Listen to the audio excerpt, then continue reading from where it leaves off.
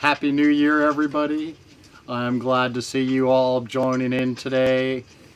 This is our continuing that we made a promise that at the first of the year we were going to start going live broadcasting to everywhere out there that we have on social media channels. So congratulations. If you can find us right now, we should be live on YouTube and Twitter and Facebook. We should be on Politadick and Politadick Unfiltered. So if you haven't liked us on any of those channels, now is your chance. Make sure you follow us so that you get notified whenever we go live on a live stream and we can make things happen for you. And we do appreciate guys all tuning in here today. Again, this is our New Year 2022 first broadcast for the new year, and we are planning on starting to make this happen on a daily basis so that you out there will be able to capture what is going on.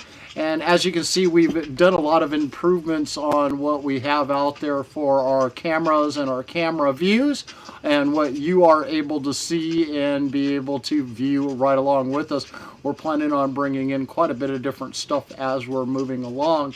And for all of you that are tuning in right now, I would like to just reach out and give you all a big high five. Yep, oh man, oh shoot, this looks like this camera doesn't have the high five set up in it for some reason. It should, but it doesn't. But, you know, things like that does happen. And anyways, we are working here rapidly trying to make things change. And the new year, we are looking at our law-breaking legislators heading back to Juneau, playing the same games that they've played year after year, manipulating things to make it sound like they're completely broke and have no money, and they got to raid our permanent fund dividend to be able to fund their socialistic programs that they think needs to be funded at triple to double cost of anywhere else in the nation. If they were to eliminate the bloated budgets that they have for our healthcare here in Alaska and for what they have in our school system, they could miraculously find themselves with all the money in the surplus in the world that they could ever ask for, especially this year. Reported announcements with the Build Back Better first portion of the infrastructure package that they did pass, not the second part that's still being held up and hopefully never does pass. And the COVID relief money that has flooded in, I mean literally flooded into our state. The combination of the two of those things on top of our normal state and capital budget spending of around $13 billion to $15 billion, depending on the year. Like this last year was somewhere like $15.5 billion with all that COVID money that came in. And I'm sure I missed another billion or two that was added on top of that. So this year, with the infrastructure money that has rolled into our state, the billions of dollars that has flooded into our state, at somewhere $100 billion budget going out the door this year. And our law-breaking legislators, people like Representative Ivy Spinansel and Senator Natasha von Imhoff and Senator Bert Stedman and Representative Bryce Edgman, and God, I could keep going down the list of all the ones that are out there. I mean, even the ones that I like are sketchy anymore. And it's just going to be one of those seasons that we're looking at these people, especially the ones that I just named off there. If they are in, like Senator David Wilson is another good example. If they are sitting on the finance committees on either the House or the Senate, they are the ones that completely 100% control the budget. They're the ones that make sure what we're going to get to be able to have to spend on all the socialistic programs. They're the final say-so. They're the ones that build that budget. They're the ones who decide where all that money is going to go in the very end.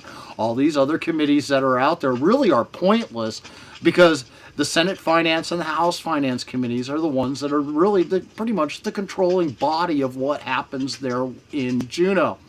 And we're putting the same people back into office year after year after year that are in these committees that are passing these law-breaking budgets, still in our permanent fund dividend to fund their glorious socialistic programs that they have out there. It's really sad and disgusting what we have going on.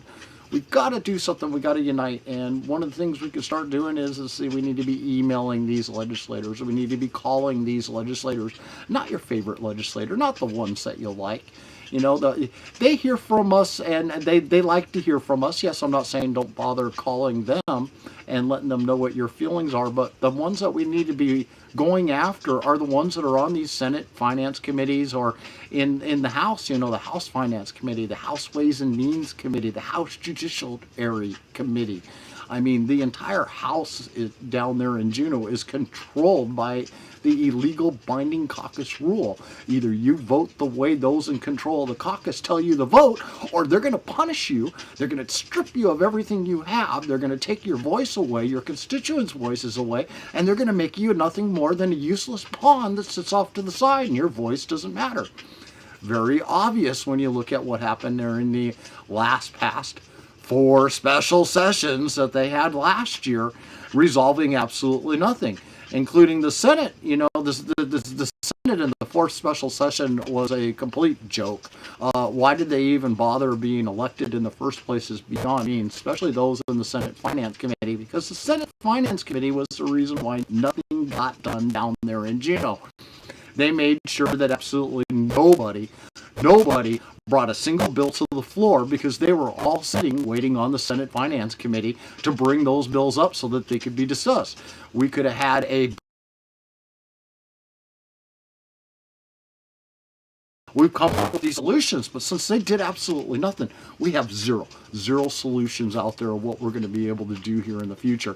And that is exactly what they want. And they're spinning it into the mainstream media. They've been doing it for months now, and they've been really hitting it hard here lately, that they have no money, that they have to continue to raid the permanent fund dividends, and they still are money away from us. There's $84 billion in there right now. It's already had a $4 billion gain. It's almost reached a $5 billion gain for this year after what they've removed away from last year. $5 billion. By the end of the fiscal year for the permanent fund dividend, we will be looking at somewhere around, I'm saying about $90 billion. That's if Comrade Joe Biden doesn't collapse the market completely. With his policies and their agenda, they passed the Build Back Better agenda. You might as well kiss our any returns coming back on the permanent fund dividend. We can find that the markets out there are going to completely yank all of their money out. They're going to move it. They're going to move it out of country. They're going to get it out of the United States because they don't want to find themselves being taxed at 80% of their income.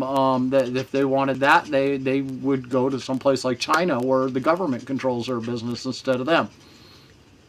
So here we are, coming into the new fiscal year, and I plan on making this video really short, so I'm going to focus here on just a couple more topics before I call it quits. But the permanent fund dividend is going to be another big battle this year. They're going to lie to us constantly. I'm going to keep exposing it all year long.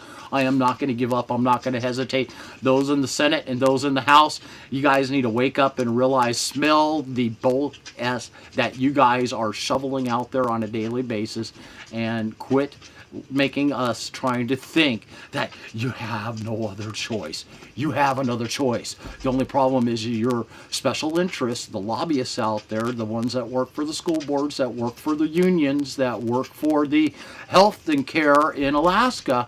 They are constantly and consistently going after you guys and saying, you do as we tell you to do, or we're not going to fund your elections. Well, who do you answer to? The people that actually elect you in the end, or the people that are paying for you to be able to get your voice heard, to the people like us that elect you, that find you just get into office and you sell us out. You sell us out consistently and constantly. You sell us out. I just don't know how to accept or really what to really make of any of that. It just is amazing on what you can find out and learn as you pay attention to what's going on out there in the real world. Some things coming up this week. We got, let me see here. Just a sec. Oops, there it is.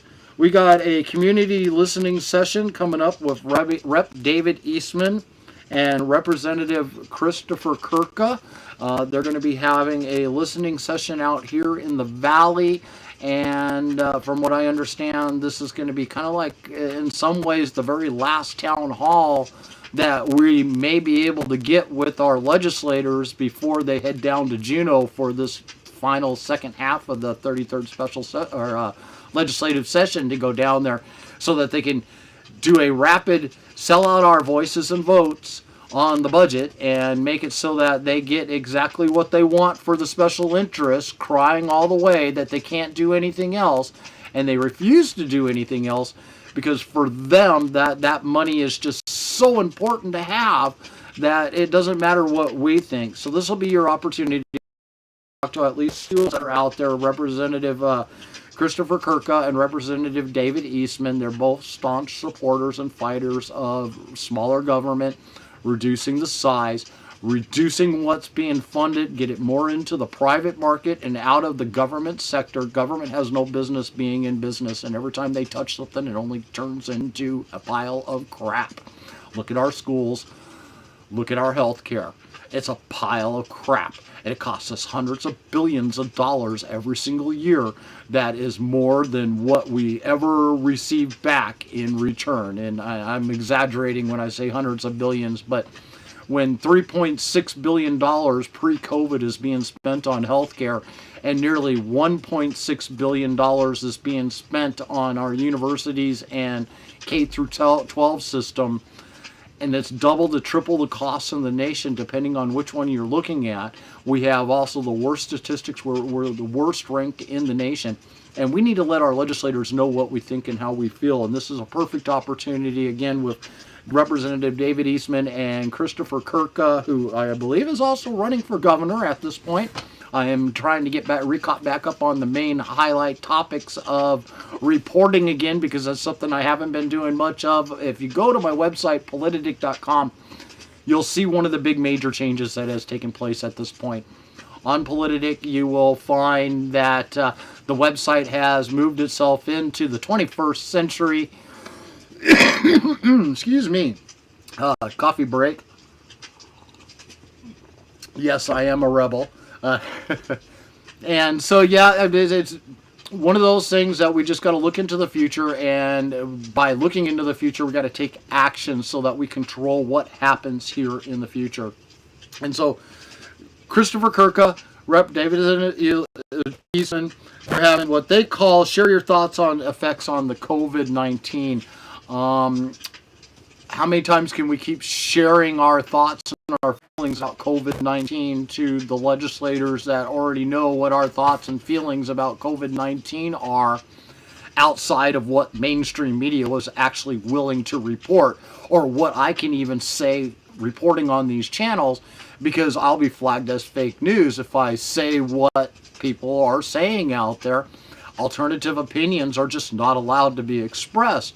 I'm all for those people out there getting vaccinated. There's no reason why you shouldn't be doing that, but it should be your free choice. It shouldn't be forced. It shouldn't be mandated. That is also my free choice to have that opinion. So, you know, if you're at a higher risk, I recommend it. Get vaccinated. My entire family, and that's outside of my immediate family, is you know, out of state. They're completely vaccinated. They're all older. They all have underlying conditions. They all have reasons to make sure that they got vaccinated so that it has a less of an impact on them. But if you're a 20-year-old or younger, here in Alaska, the statistics show we have had zero reasons for them to take that next step. But that is your choice. That is a choice you should be allowed to have, not being dictated and told to you, you got to do it. We still don't know what the long-term effects are going to be of this, and nobody ever wants to talk about them. And if you do, I'll probably be labeled as fake news just because I brought it up here right now. So the COVID listening session that they're going to have is on January 6th, 6:30 to 9 p.m. at 190 East Paulson Avenue, Suite 1 in Wasilla, Alaska. And that's this Thursday at 6:30 p.m. I am going to do my best to try to live stream it to everybody. I don't know if I will be doing it on all of the channels. I'm pretty sure that I'll probably concentrate here on Facebook as being one of the main ones to live stream to, just because that they don't seem to censor me as badly as if I was on Twitter or YouTube. Some of the things that I know are going to be said at this event of theirs will probably be considered, you know, highly inflammatory, and it's not allowed for the public to hear other people's opinions. We got to spin what those opinions are supposed to be, just like mainstream media did with the last one that was held in Anchorage with Reinbold and a whole bunch of others that had it there. And so it's kind of amazing what may become the next outlook of all of this. And so let me see what else is going on. Big tech censoring, the madam has been sent to jail, 5 out of the 6 charges for being a child sex exploits, and hiding the dirty dirt on all of the DNC and the government elites that utilize their services. She's probably gotten paid off very well for that. If I was her at this point with 6 counts facing probably a life sentence in front of her, it might be in her best interest to start naming some names and providing some evidence for reduced time, and let's see how many of those dominoes out there actually fall. We can all only hope. So on Alaskan news, we had the 4th of July fireworks last night. Didn't see much publicity, didn't see Channel 11 or any of those guys live streaming anything out there for them, so I wish I was able to have gotten out, but I've had things on my schedule, and I'm now just starting to break things free at the beginning of the year, which we're at right at the moment. What else is on the agenda? I think I pretty much covered the topics that I wanted to hit on today. So places you can find our live streams, if not the actual live stream because of their channel protocols, or at least you will find later on a link to that live stream, and provide it somewhere else. But go to our website at Politadick.com. It don't look like much in our video section right now. I've just connected a whole bunch of videos that were on Facebook from clear back in 2017. I'm planning on connecting up all 400 videos directly onto the website so that you can watch them there and have direct access as a chronological order of exactly each video that has ever been broadcasted out there. You also can go to YouTube now that we're live streaming live to them, no longer having to wait to see if I upload it or not. And so it will now be found on YouTube on a regular basis. The only videos you won't find on YouTube is the ones that I know that they'll directly ban, and there's been a couple of those that you'll only find on Facebook. You will never find them on YouTube. So Facebook has always been my kind of my go-to in some ways for live streaming, just because they're a little bit more lenient than the other guys in their policies. YouTube and Twitter have both flagged me for videos that have been posted onto their pages during the Trump era, so it just all depends on what they decide to do. And again, I thank you all for tuning in here today. Please like and share this video. Go to our Twitter account at Politadick and like us there. Go to our YouTube account and like us there. Make sure you subscribe. Click that bell for notifications so that way when we get live, you get notified that we are live. I understand Facebook has that. YouTube has that. I'm not sure if Twitter does or not. I'm not too sure how that platform quite works, but I know they're not doing that. They're just providing a link to whatever stream I've given them. And so I really do appreciate you guys all tuning in tonight on your first day in the brand new year. We got to look forward to what is going to come up. I mean, we've got no drilling in Anwar. He shut that down. We've got the Willow project that was supposed to have been actually pumping oil probably right about now, or getting mighty close to it, is now 2 to 3 years behind thanks to Joe Biden. And environmentalists, I mean, they just got to the point when Joe Biden took office that they were getting ready to build the ice road to go finish up a whole bunch of the projects that they needed to do up there. And Joe Biden said, oh, no, you can't go across federal lands. You can't do this. No, we're going to shut you down. And they've done that all over Alaska. That is not the only project that's sitting on federal land that they have completely shut down, and they have no ability to advance forward. That in some places has been hundreds of millions of dollars spent in exploration and development, in some areas billions of dollars in development, just to get this oil to the market and get us keep our economy flowing. Alaska's resources is how our Alaska government collects the royalties from that pays for the state capital budget. And because of that, without that money rolling in, our state and capital budget doesn't get paid for, and that's the reason why they continue to keep trying to raid our permanent fund dividends. Man, it just, I was going to say, you know, normally I would say at this point, this is when I would give someone the high five, but I know the high five just doesn't work. How about just a smack in the face instead? You know, we'll just give them that smack in the face, and really make them wonder what in the world they got going on. And so I do really, again, appreciate everybody tuning in here tonight. Like I said, we are moving on into a lot of different directions. Hi, I've got camera number 2 over there, and I got camera number 1 here directly in front of me. All told, I can set up roughly about 4 cameras now and during my live stream and have them all up and going. I'm hoping to get this to turn in long, but I need your help. I need your support. I need the you guys to help step on in and to go to my website at politadick.com and click that support button and contribute a couple bucks today. I mean, $5, $10, $100, $200. You can get a free Make Alaska Great Again hat.